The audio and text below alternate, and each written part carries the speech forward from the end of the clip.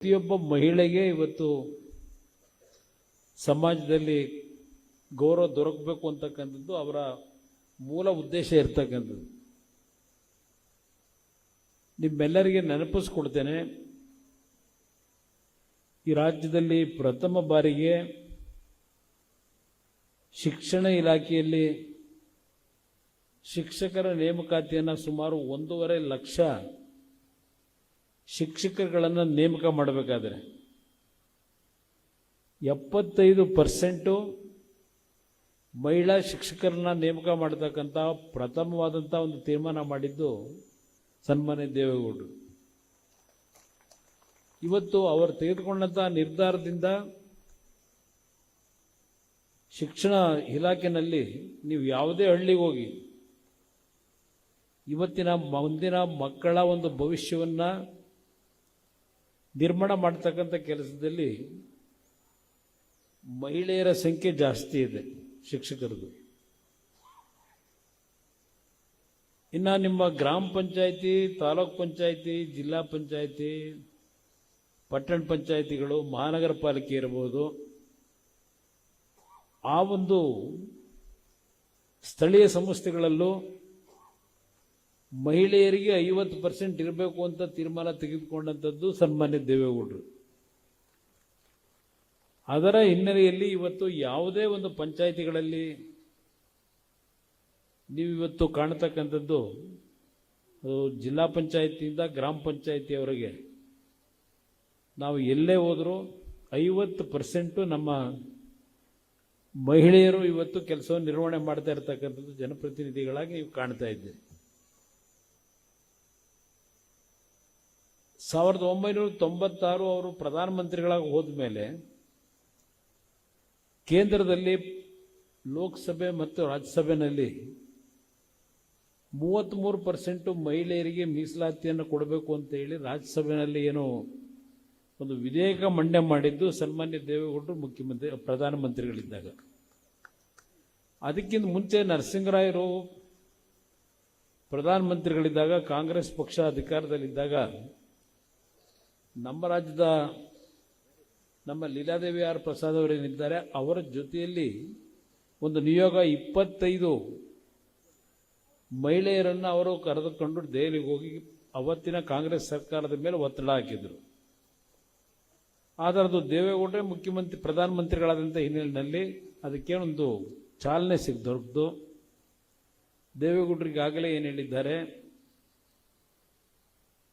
ಈ ಒಂದು ಅವರ ಒಂದು ಏನು ಒಂದು ತೀರ್ಮಾನಗಳನ್ನು ಮಾಡಬೇಕು ಅಂತ ಇದ್ದರು, ಅವರ ಒಂದು ಕನಸೇನಿತ್ತು ಅದನ್ನು ನರೇಂದ್ರ ಮೋದಿಯವರು ಇತ್ತೀಚಿನ ವರ್ಷಗಳಲ್ಲಿ ಈ ಮೀಸಲಾತಿಯನ್ನು ಲೋಕಸಭೆಯಲ್ಲೂ ಒಪ್ಪಿಗೆಯನ್ನು ಪಡೆಯತಕ್ಕಂಥಲ್ಲಿ ಯಶಸ್ವಿಯಾಗಿದ್ದಾರೆ.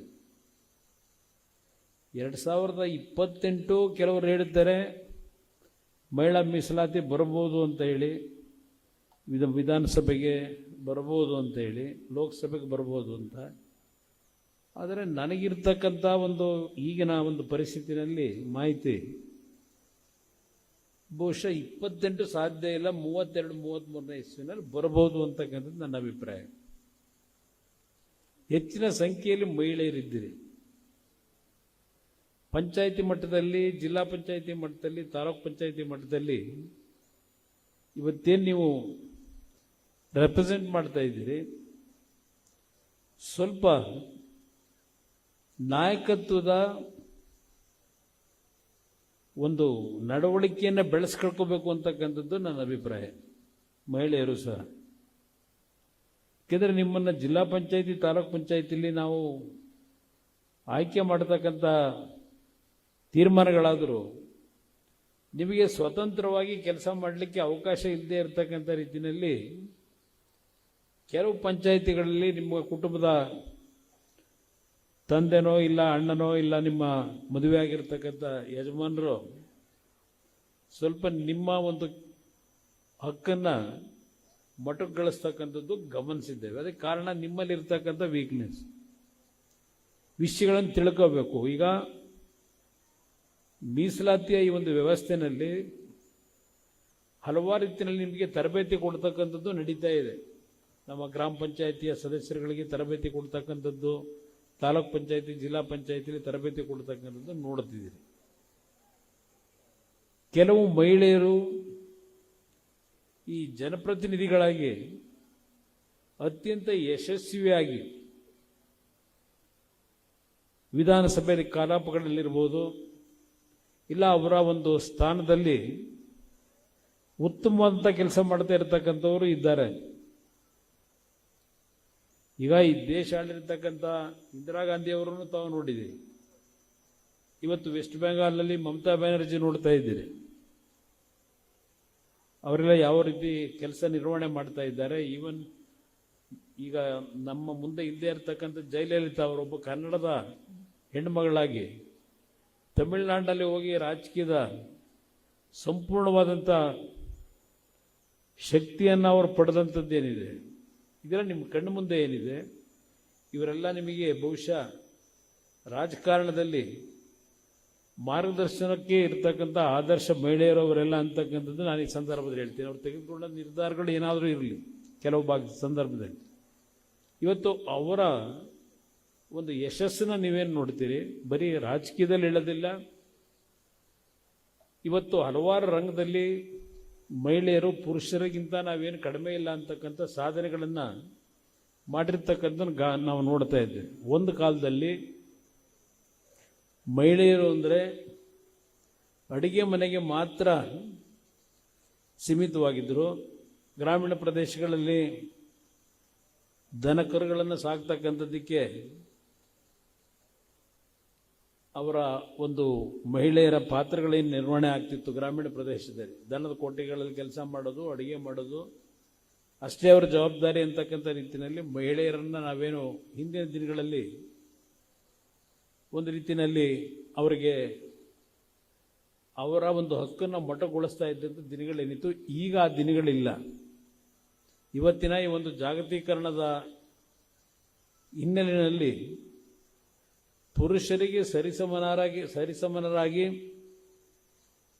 ಜೀವನದಲ್ಲಿ ಇವತ್ತು ಯಶಸ್ಸನ್ನು ಕಾಣ್ತಕ್ಕಂಥದ್ದಕ್ಕೆ ಈ ಜಾಗತೀಕರಣ ಯುಗದಲ್ಲಿ ನೀವು ಕಾಣ್ತಾ ಇದ್ದೀರಿ. ಯಾವುದೇ ಸರ್ಕಾರದ ಕೆಲಸಗಳಿಗೆ ಹೋಗಿ, ಖಾಸಗಿ ಕಾರ್ಖಾನೆಗಳಿಗೆ ಹೋಗಿ ಹೆಚ್ಚಿನ ರೀತಿಯಲ್ಲಿ ಮಹಿಳೆಯರು ಇರ್ತಕ್ಕಂಥದ್ದನ್ನು ತಾವೆಲ್ಲ ಗಮನಿಸ್ತಾ ಇದ್ದೀರಿ. ಇವತ್ತು ತಾಂತ್ರಿಕ ವಿಜ್ಞಾನ ಇರ್ಬೋದು, ನಮ್ಮ IT ಇಂಡಸ್ಟ್ರಿಗಳಿರ್ಬೋದು, ಈ ಎಲ್ಲ ಕಡೆ ಇವತ್ತು ಹೆಚ್ಚಿನ ಒಂದು ಸಂಖ್ಯೆಯಲ್ಲಿ ಮಹಿಳೆಯರು ಕೆಲಸ ಮಾಡೋದನ್ನು ನೋಡ್ತಾ ಇದ್ದೀರಿ. ಇವತ್ತು ನಾವು ಶಿಕ್ಷಣದ ಬಗ್ಗೆ ಚರ್ಚೆ ಮಾಡೋದಾದರೆ ಗಂಡು ಮಕ್ಕಳಿಗಿಂತ ಹೆಣ್ಣು ಮಕ್ಕಳು ಶಿಕ್ಷಣದಲ್ಲಿ ಮುಂದೆ ಬರ್ತಾ ಇರತಕ್ಕಂಥದ್ದನ್ನು ನಾವು ನೋಡ್ತಾ ಇದ್ದೇವೆ. ಹಲವಾರು ರೀತಿಯ ಸಮಸ್ಯೆಗಳಿದ್ದರು. ಅದರಿಂದ ಇವತ್ತು ನಾನು ವಿಶೇಷವಾಗಿ ಈ ಒಂದು ವೇದಿಕೆ ಮುಖಾಂತರ ಮುಂದಿನ ದಿನಗಳು ನಿಮ್ಮ ಜವಾಬ್ದಾರಿ ಹೆಚ್ಚಿನ ರೀತಿಯಲ್ಲಿದೆ ಮಹಿಳೆಯರಿಗೆ. ಇವತ್ತು ಹಿಂದೆ ನಿಮಗೇನು ದೈಹಿಕವಾಗಿ ಮಾನಸಿಕವಾಗಿ ಹಿಂಸೆಗಳನ್ನು ಕೊಡ್ತಾ ಇದ್ದಂಥ ದಿನಗಳೇನಿತ್ತು ನಾವು ಚಿಕ್ಕ ಹುಡುಗರಿದ್ದಾಗ, ಅಂಥ ಒಂದು ವಾತಾವರಣ ಇವತ್ತಿಲ್ಲ. ನಿಮ್ಗೆ ಯಾರು ದುರ್ಬಳಕೆ ಮಾಡ್ಕೊಳ್ಳಿಕ್ಕೂ ಆಗಲ್ಲ.